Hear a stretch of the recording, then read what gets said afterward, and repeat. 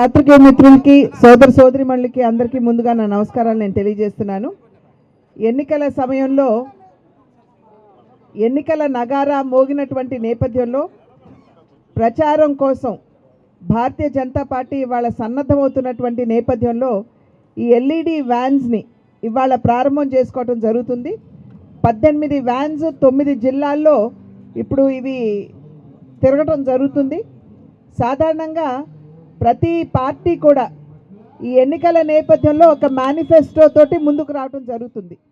ఈ మేనిఫెస్టో అంటే రాబోయే 5 సంవత్సరాల కాలంలో ప్రజలు కనుక మమ్మల్ని ఆశీర్వదించినట్లయితే మేము ప్రజల కోసం ఏమి చేస్తాము అనేటువంటి విషయాన్ని ఘోషణా పత్రం అని చెప్పి అంటాము. దాని మాధ్యమంగా మనం ప్రజలకి తెలియజేసేటువంటి విషయం.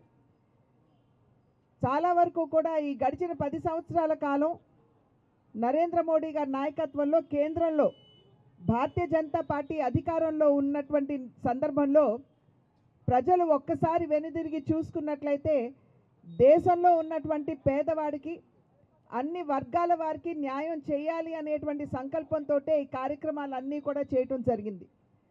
అయితే ఈసారి ఖచ్చితంగా దేశవ్యాప్తంగా 1 కోటి మంది దగ్గర నుండి అభిప్రాయ సేకరణ జరగాలి అని చెప్పి భారతీయ జనతా పార్టీ నిర్ణయించడం జరిగింది.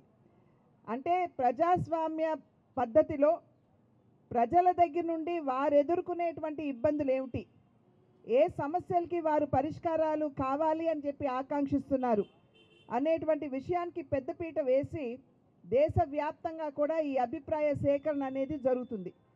ఆంధ్ర రాష్ట్రంలో కూడా దగ్గర 45,000 అభిప్రాయ సేకరణ జరగాలి అని చెప్పి మన రాష్ట్రం కూడా నిర్ణయించడం జరిగింది. ఆ సందర్భంలోనే ఈ 19 వ్యాన్లు కూడా ఇక్కడికి రావడం జరిగింది. 9 జిల్లాలకు కూడా ఇవాళ ఫ్లాగ్ ఆఫ్ చేసి పంపిస్తాం. ఆ తర్వాత మిగిలిన వ్యాన్లు కూడా వస్తాయి. మీ మాధ్యమంగా, పాత్రికేయుల మాధ్యమంగా ప్రజలకి మేము చేస్తున్నటువంటి విజ్ఞప్తి, భారతీయ జనతా పార్టీ నేను ఇందాక చెప్పినట్లుగా ఎప్పుడూ కూడా ప్రజా సంక్షేమానికి పెద్దపీట వేసినటువంటి పార్టీ. భారతీయ జనతా పార్టీ మూల సిద్ధాంతం కూడా అంత్యోదయ, అంటే సమాజంలో అట్టడుగునున్నటువంటి వారికి సైతం సంక్షేమాన్ని అందిస్తూ ముందుకు వెళుతూ దేశ సర్వతోముఖాభివృద్ధిని సాధించాలి అనేటువంటి లక్ష్యం. కనుక ఈ వ్యాన్లు మీ ప్రాంతాలకు వచ్చినప్పుడు 2 బాక్సులు ఉంటాయి. దాంట్లో ఒక బాక్సులో మీరు కేంద్రం నుండి ఏం ఆకాంక్షిస్తున్నారు అనేటువంటి విషయాన్ని కేంద్రానికి సంబంధించినటువంటి బాక్స్లో వేస్తే, రాష్ట్రం నుండి మీరు రాష్ట్ర భారతీయ జనతా పార్టీ నుండి ఏం ఆకాంక్షిస్తున్నారు అనేటువంటి విషయాన్ని 2వ బాక్సు అంటే రాష్ట్రానికి సంబంధించినటువంటి బాక్స్లో వేసినట్లయితే మేము ఖచ్చితంగా ఆ అభిప్రాయాలన్నీ కూడా మేము సేకరించి వాటిని విశ్లేషించుకుని మా మేనిఫెస్టోలో కూడా మేము పెట్టుకునేటువంటి అవకాశం ఉంటుంది అని చెప్పి మీ మాధ్యమంగా ప్రజలకు తెలియజేస్తున్నాం. ఇప్పటికే మేము ఒక మేనిఫెస్టో కమిటీని వేసుకున్నాం. వివిధ వర్గాలు ఏదైతే అంటే వ్యవసాయం కావచ్చు, పరిశ్రమకు సంబంధించినటువంటి విషయాలు కావచ్చు, యువత కావచ్చు, మహిళలు కావచ్చు, పేదవాడు కావచ్చు, మధ్యతరగతి వారు కావచ్చు, వారి ఆ వర్గాలతో మాట్లాడి వారి నుండి అభిప్రాయ సేకరణ చేసి మేనిఫెస్టో కమిటీని ఇప్పటికే మేము పొందుపరిచాం. వారు ఈ వర్గాలందరితోటి మాట్లాడుతున్నారు. ఆ మాటలు జరుగుతున్నాయి. రేపు ఎల్లుండిలో మేము మళ్ళీ ఒక ఫైనల్ మీటింగ్ మేనిఫెస్టో కమిటీ మేము చేసుకోబోతున్నాం.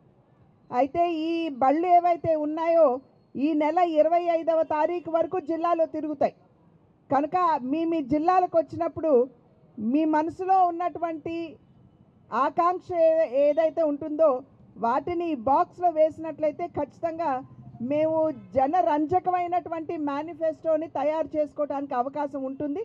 అది మాత్రమే కాకుండా మీ సమస్యల్ని పరిష్కరించే దిశగా మాకు అడుగులు వేసేటువంటి అవకాశం మీరు ఇచ్చిన వారు అవుతారు. కనుక ఆ దిశగా మీరందరూ ఆలోచించి మీరు మీ అభిప్రాయాలు తెలియజేయాలని చెప్పి చేస్తున్నటువంటి అభ్యర్థన. అదేవిధంగా నిన్న మొన్న అటు మొన్న ఢిల్లీలో జరిగినటువంటి చర్చలు మేము వెళ్ళి మా అభిప్రాయాల్ని అక్కడ మా నాయకత్వానికి తెలియజేయడం జరిగింది. ఆ తరువాత మా జాతీయ నాయకత్వం ఇక్కడ ఉన్నటువంటి 2 పార్టీలు జనసేన మరియు తెలుగుదేశం పార్టీ, ఈ 2 పార్టీలకి సంబంధించినటువంటి అధ్యక్షులతోటి కూడా మా జాతీయ అధ్యక్షులు మరియు అమిత్ షా గారు వారు కూడా వారిద్దరితోటి సమాలోచన చేయటం జరిగింది.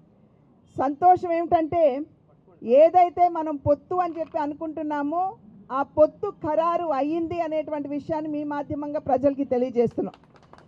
అయితే సీట్లకు వచ్చేటప్పటికి ఎన్ని సీట్లు, ఏ సీటు అనేది ఇవాళ రేపట్లో ఖరారు అయ్యేటువంటి అవకాశం ఉంటుంది.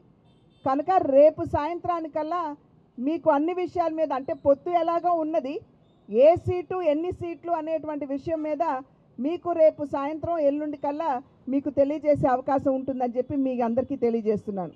దుష్ట శిక్షణ శిష్ట రక్షణ జరగాలి అని అంటే శ్రీరాముల వారికి కూడా మరి ఆంజనేయుడు, జాంబవంతుడు, విభీషణుడు, అదేవిధంగా ఉడత సహాయం కూడా తీసుకోవాల్సి వచ్చింది.